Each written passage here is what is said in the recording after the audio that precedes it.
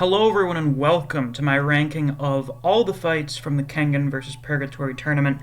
Now that the tournament's over and we're able to look back on all of the fights, we're finally able to do a complete, comprehensive list ranking the fights from worst to best. In my opinion, of course, this is just my general thoughts and feelings on the fights. I'm sure you guys all have different personal rankings of the fights, and you're welcome to share those down in the comments below. Now, when I rank these fights, there are a couple things I take into consideration. One is the general choreography of the fight. How well does it flow and function and just kind of look as a fight? I take into consideration the characters involved in the fight, what's done with the characters, and then what is the actual narrative of the fights. How interesting are they from a narrative perspective? How do they play into the plot? Things like that. Overall, at the end of the day, it's basically just kind of like an enjoyment thing, but I have some standards here. Now, if you guys have been watching my Kengan Omega reviews since, well, they started, I started at the end of Gaolang versus Carlos Medell. So if you've been watching this whole time, or have just caught up on all of the reviews, you probably have a general idea of what my opinion is on all of these fights, but now we're here looking back and I'm able to share all of that in a single video. So we're going to start off with the fight that I have in 13th place, the worst fight in the tournament.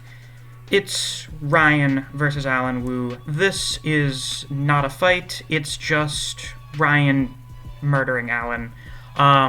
If you recall, I was not very happy with this fight because Alan was one of the coolest designs on the Purgatory team. The hype surrounding having a Kure versus Wu battle in the tournament was very big, and we basically got an entire chapter hyping up Alan as being exceptionally powerful, and then he got ripped in half in 2 chapters.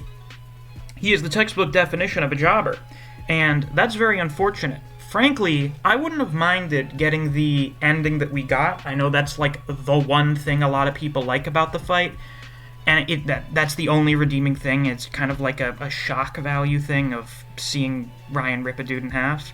I would have been fine with that conclusion if we got it at the end of like a 4 or 5 chapter long fight, kind of like Ryan versus Ohma, which is one of the best fights in the series. And I think something like that is what most of us wanted from this fight, and we just didn't get anything from it. There was just nothing to the fight. So this scores a position very low in the tournament and very low in Kengan in general for me. Now, in 12th place, we have Okubo versus Terashi, a battle of clowns. I think a lot of people were very excited for this fight. There was a lot of hype around Terashi based on just kind of the mystery of his character, and a lot of people were really excited to see how much Okubo had grown since the Annihilation tournament. And then we didn't really get much. I think the general problem with the Kengan vs. Purgatory tournament in general is just a lot of wasted potential, and a lot of the fights we have towards the bottom of the list are some of the biggest examples of that. Terashi is not a fighter. His identity is not significant to the audience. It's significant to his character in that he changes his identity and keeps who he is a secret. But that doesn't really mean anything to us, so then his face reveal doesn't really mean anything. He doesn't have a fighting style, really. He modified himself to vibrate, and he has like an artificial version of the fist eye. And because Terashi is so weak, we don't actually get a good showcase of how much Okubo has grown since the Annihilation tournament. According to like some drafts, apparently his transitions have gotten faster, but that wasn't really conveyed that well in the actual fight. And I don't think you should have to be told how much a character has grown after a time skip from notes from the author. Not great. Not great at all. In 11th place, we have Misasa versus Yumigahama. This fight is just kind of very meh. Yumi got hyped up a lot prior to the tournament, only to get his face caved in by Misasa with very low difficulty. It's just not really much of anything happens in the fight. Yumi does like a bunch of surface level cuts on Misasa and then ends every chapter talking about how I'm the man who became the Fang of Metsudo. Yeah, so did Misasa, so that doesn't mean anything. Yumi was extremely underwhelming. It made Misasa look possibly way more powerful than he actually is. We don't have a good idea of how powerful Misasa is because it's another situation here where he low-diffed someone. So we really don't know how strong Misasa actually is because of how terrible Yumigahama's performance was. Really, the only good thing about this fight is the ending, which is pretty good. It's one of the most brutal and satisfying conclusions to almost any fight in Kengan, so I guess I have to give it some props for that. Now, in 10th place, I believe I would put Kano Agito versus Lu Tian. The choreography is kind of alright, though it's strange at points. It's cool to see how much Agito has developed in terms of his fighting style from Ashura, but we don't really get much in terms of his development as a character. I felt that before the tournament we had set up Agito's growth as a person after stepping down as the Fang of Metsudo, and we didn't get to see any of that. He didn't get like a real, fully fleshed out flashback or anything like a lot of the other characters did. And Lu Tian is just kind of a non-character. He's essentially like a Naruto filler villain. There's just nothing to him in terms of personality other than just listing off very, very stereotypical jobber lines. It's just meh. The end is kind of satisfying. It's cool to see Dragon Shot again.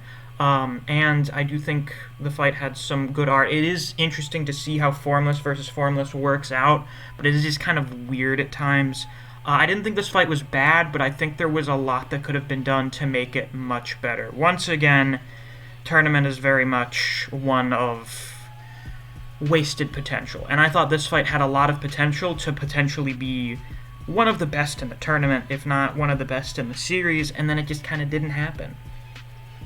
Now, above this one, I would place Julius versus Toa Mudo. This fight's best asset is its art. This fight has fantastic art. Doromian does a very good job making these guys feel giant and imposing. They feel like they're too big for the panels, let alone the ring that they're fighting in.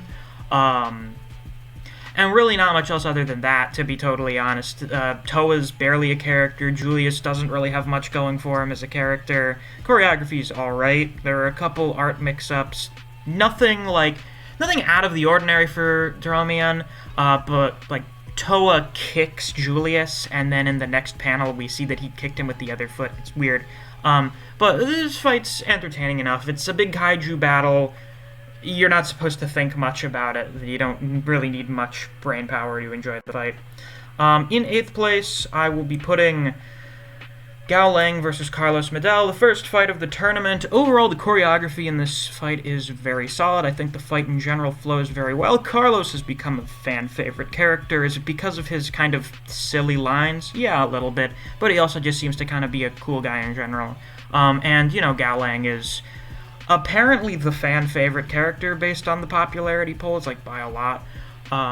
So I think they got a decent fight to start off the tournament, but I also feel like the conclusion of this fight was meant to establish Purgatory as a threat, and instead it established kind of the problem with this tournament, and that a lot of Purgatory fighters are just really underwhelming. The beginning of the fight hyped up Carlos's Kuroki tier. According to volume extras, he was supposed to be, and then they just decided that he wasn't. Maybe Carlos will become Kuroki tier at some point in the future, maybe, but the hype and expectations that were built up in the first chapter or two were severely underwhelming. They were not met at all. And having Carlos win through ring out is very unsatisfying because he really just got his ass kicked for basically the entire last chapter of the fight. Did not really feel earned at all. And as a result, that's what ends up happening for the rest of the tournament. Almost all of Purgatory's wins are either through ring out or through their fighters literally dying. Just literally being killed. Not a great look. I feel like this tournament almost sort of existed just to show off how cool the Kengan characters are. It was basically just fan service for the Kengan characters, which I'm not here for. I'm here for good fights with good characters. And stakes. I like when we have stakes in a fight. It makes the fight more interesting. It makes it more thrilling. And after a certain point, you just kind of become assured that Kengan is just kind of gonna steamroll like all of the Purgatory fighters. It's not great. Anywho, in 7th place, I am going to put Ohma versus Lolong. If we're being objective, it goes around here. My feelings about the fight are largely due to the stupid hype around Lolong. I mean, I don't need to go in detail. You guys understand how ridiculous the hype for Lolong was. It was through the roof. As far as we knew, Lolong was literally Jesus Christ himself, and then he loses to kind of a high diff fight for Ohma, but he didn't even beat him with like his strongest technique. It was very clear that Ohma could have done a lot more in the fight. And then, while the choreography is good from a technical perspective, it's one of the best fights in the tournament. The choreography is not that interesting on Lolong's part. He just kind of keeps doing the same thing throughout the entire fight. For the most part, it's just elbow, elbow, elbow, rotating shoulder punches, which are actual martial arts techniques, and it's cool to see that. There was still clearly an understanding that fundamentals are top tier in Kengan, and if Lolong is apparently a top tier character, then it would make sense that he kind of just does basic stuff as well, but none of it was that interesting to watch. So yeah, and the disappointment that came from the end of this fight subjectively puts it very low down, but if we're being really honest here, it's kind of a middle of the pack fight, which is why it's actually literally right here at the middle of the tournament. It's got good choreography, but really doesn't have much in the way of soul. I don't care much about Ohma, because I thought he should have stayed dead, to be totally honest.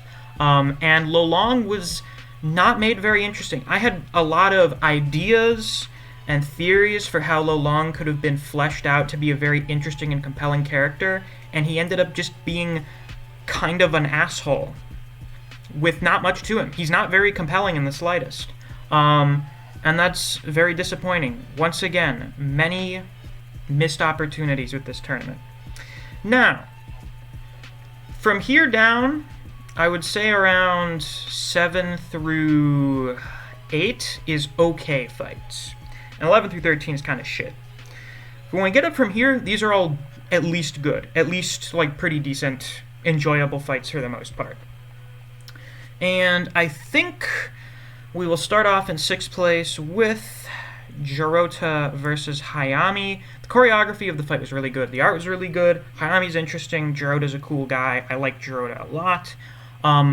My only real problem with this fight was the way that it ended, and that it just felt way too sudden. Like, Gerota was straight up kicking the shit out of Hayami for the entire fight, and then Hayami gets one attack on him that breaks his collarbone, and then he just wins. It was just so sudden. It was strange. I understand a lot of the fight was basically Gerota getting worn out, but I think it could have been done better. Also, the fucking face Hayami does at the end of it just totally killed it for me. That was just bad. But the vast majority of this fight is actually quite good. Now, above that, I would place, I think, Nicholas versus Akoya. I like this fight a lot.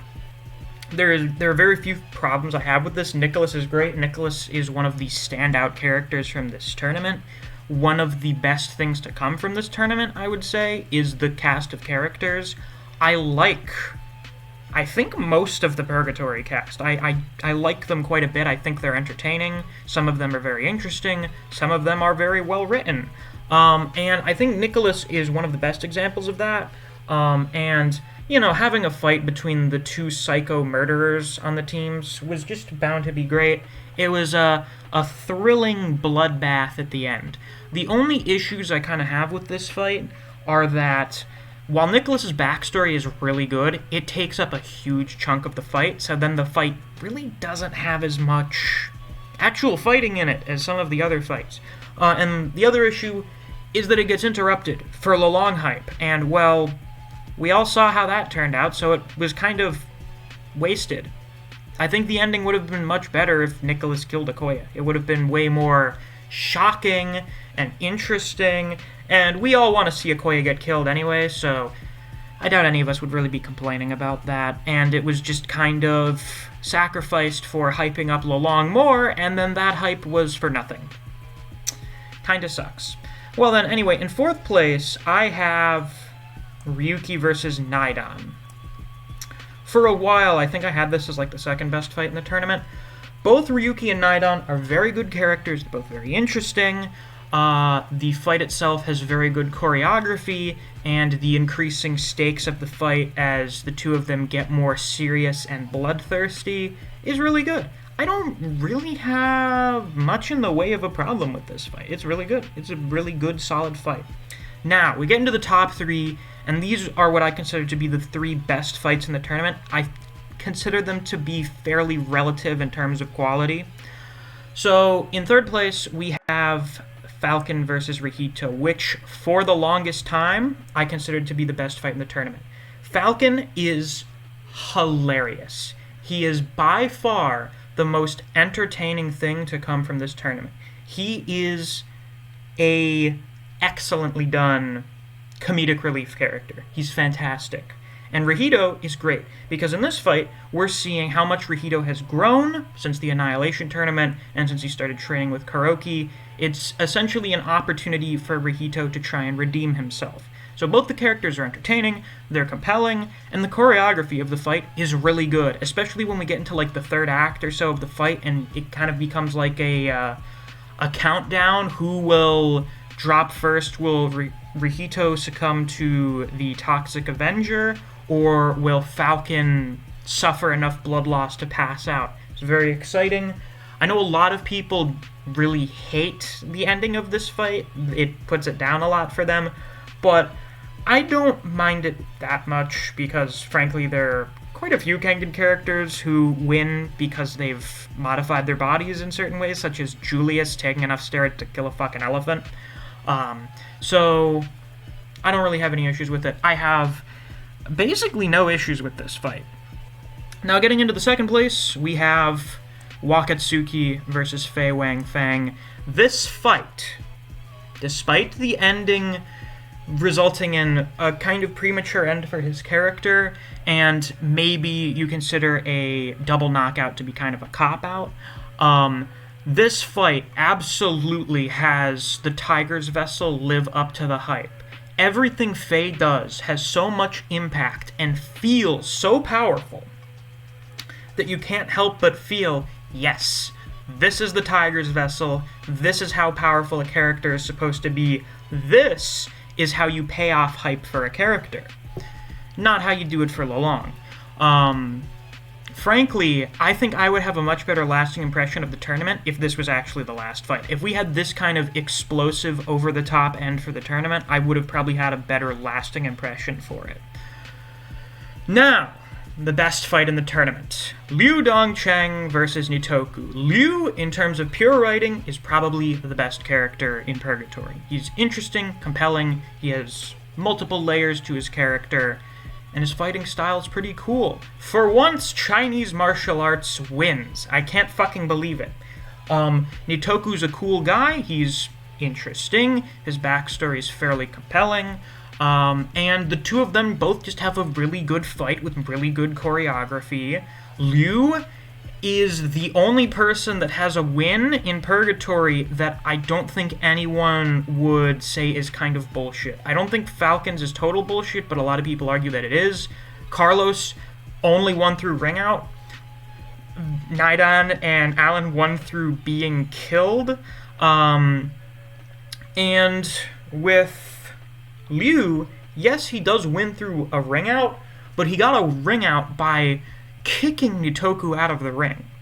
He got that ring out fair and square. It was an actual satisfying ring out, and the conclusion of the fight is very nice. It's a very nice continuation on Liu's development as a character. Nitoku works surprisingly well for someone that can help Liu develop and get over his grief for the death of Naidan. It's very good. It's a very well-written fight.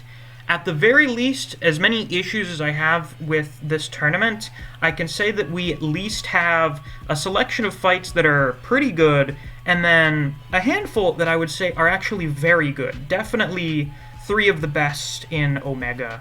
I would definitely put them up there with some of the better fights in Ashura. And with that, that's all I've got for my Kengan versus Purgatory fights tier list. Well, not technically a tier list, it's a ranking. So what did you guys think? Do you agree? Do you disagree? What are your own personal rankings of the fights? Be sure to let me know down in the comments. I'm quite interested to see what you guys have to say. But with that, that's all I've got to say for this week's video. If you enjoyed, please be sure to like, comment, subscribe, and click that notification bell so you don't miss any of my uploads. I do Kengan Omega chapter reactions and reviews every week. If you enjoy discussing Kengan Omega with other people, or you just enjoy the content I produce in this channel, I highly suggest you check out my Discord server. I have linked to that down in the description. And since it's the end of the video, it's time to give a shout out to my wonderful patrons. Special thanks to Fuse, Neo, Dijon Redden, Anthony Chavez, Honey Mustard, Zach Rowitz, K-God, Chris Redfield, Scratch23, Rat, Ryzen 4K, Artist, Mac Campaign, Wave of Manga, Chuck Seed, Jakester Easy, and Play Free Labs. Thank you all very much for supporting me on Patreon. I greatly appreciate it. And if you too want to get a shout out at some point during videos, or access to reviews for solo leveling in the Boxer, you can always become a patron as well. There's a link to my Patreon down in the description. Thanks for watching. I'll see you guys around. Take care.